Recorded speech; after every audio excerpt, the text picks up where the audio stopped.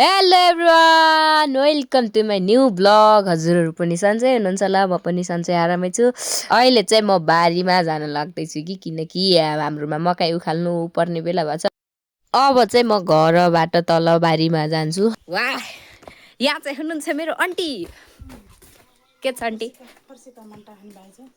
ए high गर्नु न।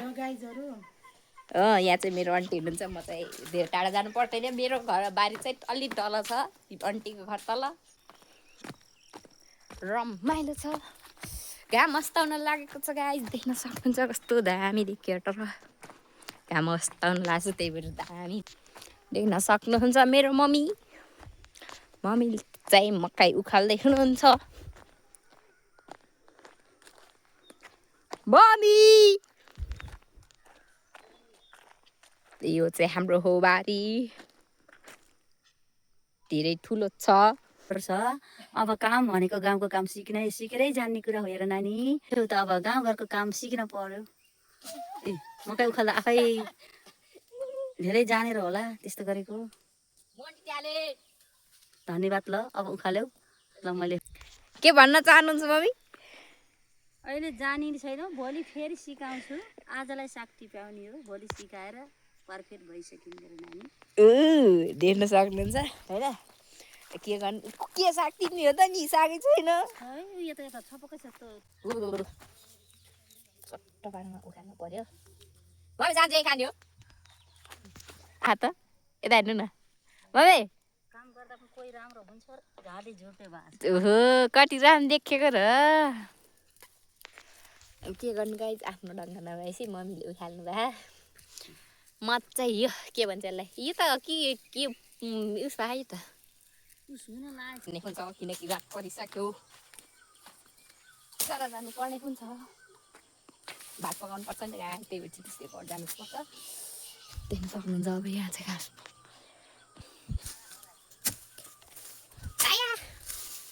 यसमा चाहिँ काँडा हुन्छ, यो चाहिँ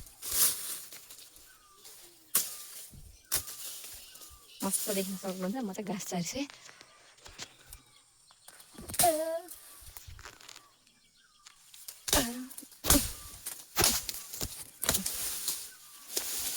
कति जाने हो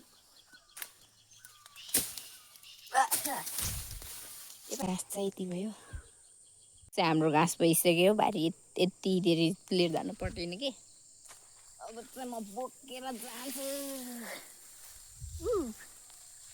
अब चाहिँ म घर जान्छु होइन।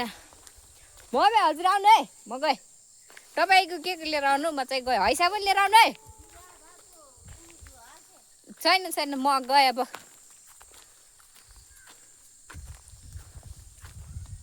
अब चाहिँ बनाइस है, के गराएको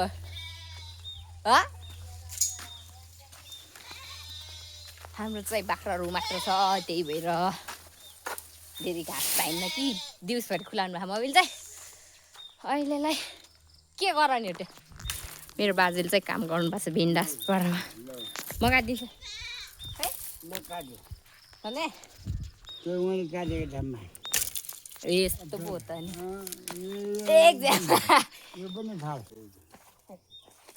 मासु नकाटिकन त्यतिको आँखालाई नकाट्नु।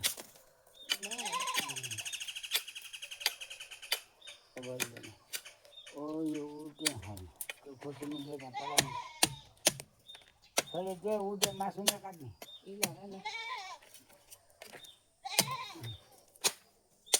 खोर्सानी पकाउनु पनि दिएन। त्यो खाँदै छाला काट्दैन मैले म थाल्छु बसेर भनेर नकाट्यो पर्दैन त्यो।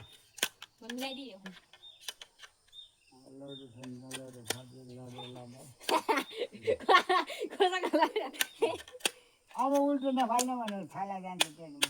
अब ल त्यसरी काटेर चाहिँ